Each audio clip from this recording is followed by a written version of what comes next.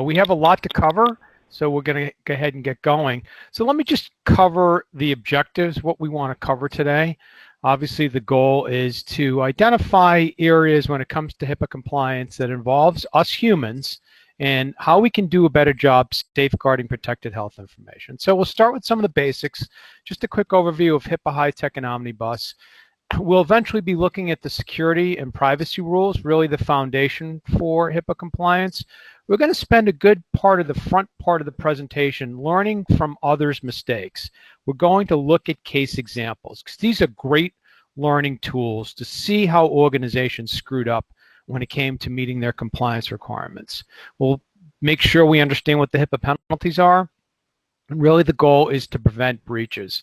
We'll look at some required and some best practices, and then we'll finish up with how do you demonstrate compliance? What are the components that need to be in place for a compliance program? And we'll spend a little bit of time on phishing and ransomware threats, phishing attacks and ransomware. This is now the #1 concern in the healthcare sector, and we'll cover exactly what those are.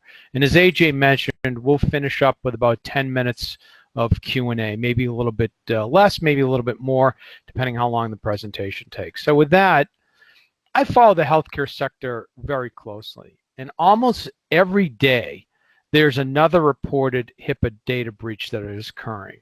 And there are various causes as to why these breaches are occurring, but it is occurring at an alarming rate in this country.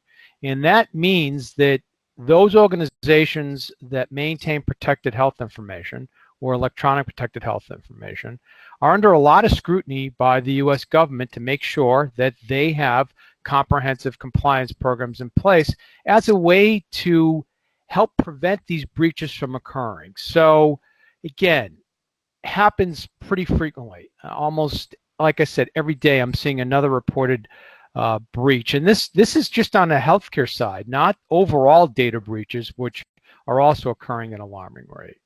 So before we really get into the presentation, I'd like to cover a few definitions, just make sure that we all understand when we use some of these acronyms what exactly they mean. So HIPAA, pretty obvious, is Health Insurance Portability and Accountability Act of 1996. So what did that do? It set the federal statutory basis for establishing standards for the privacy and security of protected health information. Now, if you're a healthcare provider or a business associate, it's caused you a lot of heartburn, a lot of burden to comply with these regulatory requirements. It was actually part of insurance regulatory reform. At the time, this is back in the mid-90s, the US Congress had some concerns about our health records, about the security of our health records, because the portability side, what is that? So what that meant is people were changing jobs more frequently. And then when you went from one job to another, you were usually going into a new health plan. So there's some concerns. How'd you get the data from the old plan to the new plan? And this was pre-electronic health records, medical records, but the data was starting to be transferred electronically. So one of the reasons why Congress really wanted to implement these safeguards. Now, there were some laws in place, some privacy laws, some state requirements, but really what this legislation did, it put federal regulatory requirements in place. So again, like I said, a burden for a lot of organizations, but it doesn't have to be. If you understand what the requirements are, it doesn't have to be.